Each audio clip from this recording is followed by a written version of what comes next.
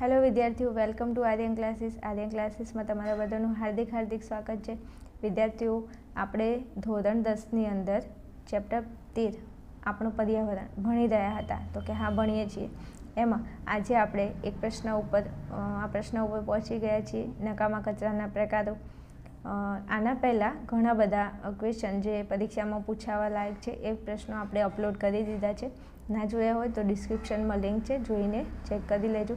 એકદમ તમને ફટાફટ સરળતાથી આવડી જાય એવી રીતે ભણાવ્યું છે. ચલો, આજે આપણે નકામા કચરાના પ્રકાર જણાવો. તો નકામા કચરા વિશે આપણે પ્રશ્ન જોવાનો છે.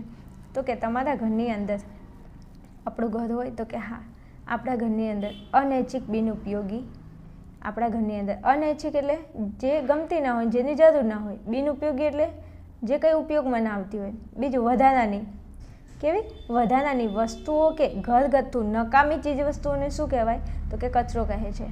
ફરી એકવાર વ્યાખ્યા જોઈ લઈએ. અહીંયા ધ્યાન આપો. તો કે અનૈચ્છિક, તો કે હા, બિનઉપયોગી વધારાની વસ્તુ. અનૈચ્છિક બિનઉપયોગી વધારાની વસ્તુ, આટલા પહેલાં યાદ રાખશો. આટલા સુધી કે અનૈચ્છિક બિનઉપયોગી વધારાની વસ્તુઓ કે ઘરગથ્થુ નકામી ચીજ વસ્તુઓને કચરો કહે છે. હેલો વિદ્યાર્થીઓ, welcome to Aryan classes. Aryan ક્લાસીસમાં તમારા બધાનું હાર્દિક સ્વાગત કરું છું. ચલો વિદ્યાર્થીઓ, આપણે ચેપ્ટર 13 આપણું પર્યાવરણ ભણી રહ્યા છીએ. તેની અંદર ઘણા બધા પ્રશ્નોના વિડીયો આપણે અપલોડ કરી દીધા છે અને આજે આપણે નકામા કચરાના પ્રકાર જોવાના છીએ. તો કે હા, બીજા વિડીયો તમે ના જોયા હોય તો જરા એકવાર જોઈ લેજો. એકદમ સરળ ભાષામાં તમને સમજાઈ જાય સારી રીતે, એવી રીતે આપણે ભણાવ્યું છે. ઓકે, ચલો આજે આપણે જોવાના છીએ નકામા કચરાના પ્રકારો. પરીક્ષાની અંદર 100% પૂછાવા લાયક પ્રશ્ન છે અને એમ ના પૂછાય તો વિકલ્પોની અંદર તો ઘણી બધી વાત પૂછાય છે આ ટોપિકમાંથી. ઓકે, ચલો. આપણા ઘરની અંદર અનૈચ્છિક, એક જ મિનિટ વિદ્યાર્થીઓ, આપણા ઘરની અંદર અનૈચ્છિક, બિનઉપયોગી અને વધારાની વસ્તુઓ હોય છે. તો કે હા, હોય છે. અનૈચ્છિક ગમતી ન હોય, બિનઉપયોગી જે કામમાં ના આવતી હોય, વધારાની કામ વગરની વધારાની પડી હોય. તો આ બધી જે વસ્તુઓ છે, અથવા તો ઘરગથ્થુ કોઈ નકામી ચીજ વસ્તુઓ છે, કોઈ નકામી ચીજ વસ્તુઓ છે, વધારાની વસ્તુ છે, બિનઉપયોગી વસ્તુ છે અને અનૈચ્છિક વસ્તુ છે. તો આ બધી ચીજ વસ્તુઓને શું કહીએ છીએ? તો કે કચરો કહીએ છીએ. શું કહીએ છીએ? કચરો. ચકરો નહીં હો, કચરો. અનૈચ્છિક, બિનઉપયોગી, વધારાની વસ્તુ કે ઘરગથ્થુ નકામી ચીજ વસ્તુઓને શું કહીએ છીએ? તો કે કચરો કહીએ છીએ. રેડી છે? તો કે હા, રેડી છે. ચલો ફરી એકવાર ચેક કરી નાખીએ. તો અનૈચ્છિક, બિનઉપયોગી, વધારાની કે વસ્તુઓ કે ઘરગથ્થુ નકામી ચીજ વસ્તુઓને શું કહેવાય? તો કે કચરો કહે છે.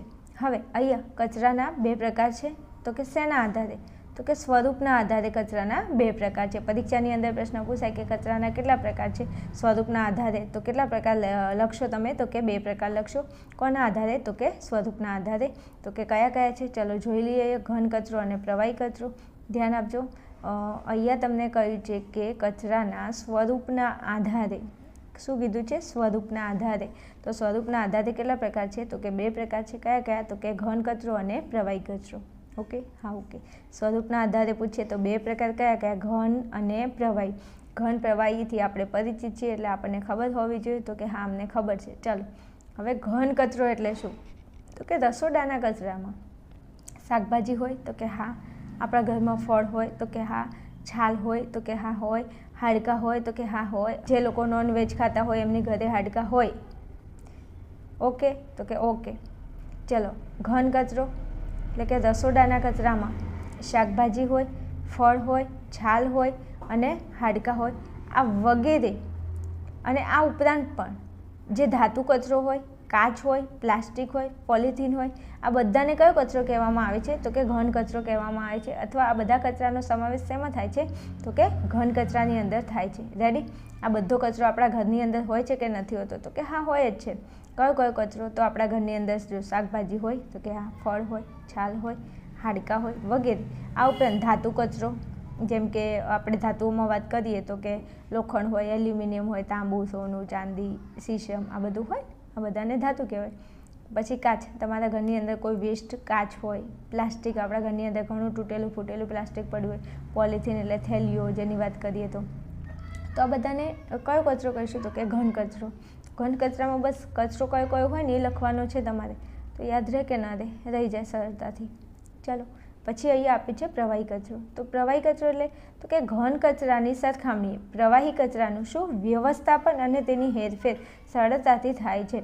ભાઈ વિદ્યાર્થીઓ, આ જે ઘન કચરો છે ને એના કરતાં આ જે પ્રવાહી કચરો છે ને એનું શું થાય છે તો કે પ્રવાહી કચરાનું વ્યવસ્થાપન, તેની વ્યવસ્થા અને તેની હેરફેર એક જગ્યાએથી બીજી જગ્યાએ તમારે જો એને લઈ જવું હોય તો તમને શું પડે છે તો કે સરળતા પડે છે. અહીંયા તમારે ઉદાહરણમાં કંઈ લખવાનું નથી. ચલો પછી સીધું જ તમને અહીંયા કીધું છે, એક જ મિનિટ, હા ચલો સીધું તમને અહીંયા કીધું છે કે વિઘટનના આધારે કચરાના કેટલા પ્રકાર છે તો કે 2 પ્રકાર છે. તો કે કયા કયા? તો એક તો જૈવ વિઘટનીય કચરો અને બીજું અહીંયા તમને નીચે આપેલું છે, 1 મિનિટ બતાવી જ દઉં. ચલો અહીંયા જોજો. પહેલાં હતા સ્વરૂપના આધારે ઘન કચરો અને પ્રવાહી કચરો, એ પતી ગયું. તો કે હા, હવે તમને કહ્યું છે કે વિઘટનના આધારે, હવે તમને કહ્યું છે કે વિઘટનના આધારે કચરાના કેટલા પ્રકાર? તો 2. પહેલામાં સ્વરૂપના આધારે કે તો પણ 2 ઘન અને પ્રવાહી, વિઘટનના આધારે કે તો પણ 2 જૈવ વિઘટનીય કચરો અને જૈવ અવિઘટનીય કચરો. ઓકે, તો કે ઓકે રેડી. ચલો હવે તો કે જૈવ વિઘટનીય કચરો એટલે શું? તો કે જે કચરો જૈવિક પ્રક્રિયા એટલે કે જીવાણુ કે મૃતોપજીવી દ્વારા શું જીવાણુ કે મૃતોપજીવી દ્વારા વિઘટન કરી શકાય તો તેને તમે કયો કચરો કહો છો? તો કે જૈવ વિઘટનીય કચરો કહીએ છીએ. જે કચરાનું શું થાય તો કે જીવાણુ કે મૃતોપજીવી દ્વારા વિઘટન થઈ જતું હોય તો તેવા કચરાને શું કહીશું? તો કે જૈવ વિઘટનીય કહીશું. તો એવો કયો કયો કચરો છે? તો કે શાકભાજી છે, ફળ છે, કાગળ છે, આ બધો કચરો એવો છે જેનું શું થઈ જાય છે તો કે તેનું વિઘટન સરળતાથી થાય છે. વિદ્યાર્થીઓ, હું તમને એમ કહું કે શાકભાજી હોય, ફળ હોય કે કાગળ હોય, આને તમે તમારા ઘરની બહાર કોઈ પણ જગ્યાએ તમે નાખી દો તો એ કચરો તમે જોજો, તમે 2-3 દિવસ પછી ત્યાં જશો ને અઠવાડિયામાં તો એ કચરો ત્યાં હશે જ નહીં, તમને જોવા નહીં મળે. કેમ? તો આ કચરાનું શું થાય છે તો કે જે જીવાણુ હોય ને જમીનની અંદર અથવા મૃતોપજીવી હોય એ કચરાનું શું કરી નાખે છે તો કે વિઘટન કરી નાખે છે. શું કરી નાખે છે તો કે વિઘટન. કોનું? શાકભાજી હોય, ફળ હોય, કાગળ એનું. પણ તમે જુઓ તો કે પ્લાસ્ટિક હોય, કાચ હોય, તમે કોઈ પણ જગ્યાએ તમારા ઘરની બહાર નાખજો તો તમે 2 દિવસ 3 દિવસ અઠવાડિયા પછી જશો ને તો એને કોઈ અડ્યું ના હોય તો એ વસ્તુ ત્યાંના ત્યાં જ પડી હોય, એનું વિઘટન નહીં થતું. એ જેવું હતું તેમને તેમ એવું ને એવું ત્યાં પડ્યું હોય. આવું તમે જોયું હશે. તો એનો મતલબ શું છે? તો એનો મતલબ એમ કહેવા માંગે છે, અહીંયા જુઓ સમજાવું છું, તો કે જે કચરો એવો હોય, જુઓ અહીંયા તો કે જૈવ અવિઘટનીય, આ બધું જે મેં તમને હાલ વાત કરી કે પ્લાસ્ટિક હોય, કાચ હોય, તો આ બધો કચરો કેવો છે તો કે જૈવ અવિઘટનીય. તો કે કેમ? તો કે જે કચરાનું જૈવિક પ્રક્રિયા જૈવિક પ્રક્રિયા એટલે કે જીવાણુ કે મૃતોપજીવી દ્વારા શું ના થાય તો કે એનું વિઘટન ન કરી શકાય તો તેને કેવો કચરો કહેવાય તો કે જૈવ અવિઘટનીય કચરો કહે છે. જેનું વિઘટન થાય એને કહેવાય જૈવ વિઘટનીય. જેનું વિઘટન ન થાય કે ન કરી શકાય તેને શું કહેશું તો કે જૈવ અવિઘટનીય કચરો આપણે કહીએ છીએ. તો જો અહીંયા શાકભાજી હતું, ફળ અને કાગળ હતું, જેનું શું થઈ જતું હતું તો કે તેનું વિઘટન થઈ જતું હતું. પણ અહીંયા જો ઉદાહરણ તરીકે તમને આપેલું છે કે કાચ હોય, પછી પ્લાસ્ટિક હોય, પોલિથીન હોય અને ધાતુ હોય તો આનું શું ના થાય તો કે આનું વિઘટન થતું નથી. તમે જોજો, તમે કાચને તમારા ઘરની બહાર નાખજો અને પછી ચેક કરજો, 10 દિવસ પછી ત્યાં જશો તો તે તેમનું તેમ પડ્યું હશે. પ્લાસ્ટિક નાખજો તો એ પણ તેમનું તેમ પડ્યું હશે. પોલિથીન પણ એમનું એમ હશે અને ધાતુ પણ એમનું એમ હોય છે.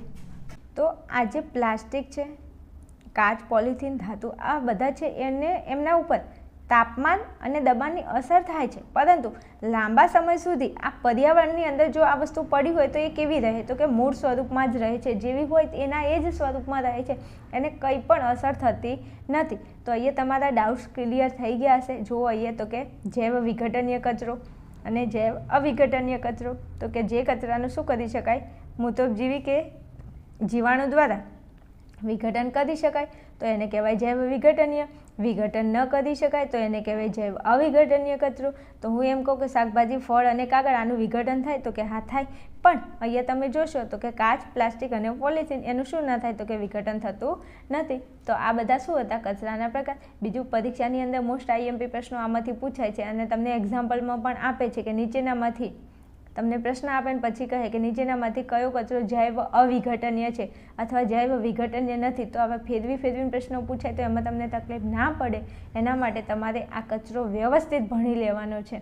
અને વિડીયોની અંદર મેં વ્યવસ્થિત સમજાવ્યું છે. એક વાત વિડીયો જોઈ લેજો, ફરી ના ખબર પડે તો ફરી વાર જોઈ લેજો તો તમારા ડાઉટ્સ ક્લિયર થઈ જશે. અને પરીક્ષાની અંદર તમે લખવામાં તો વિદ્યાર્થીઓ લખી દો છો, પણ તકલીફ ક્યાં થાય છે? તો કે તકલીફ MCQમાં થાય છે.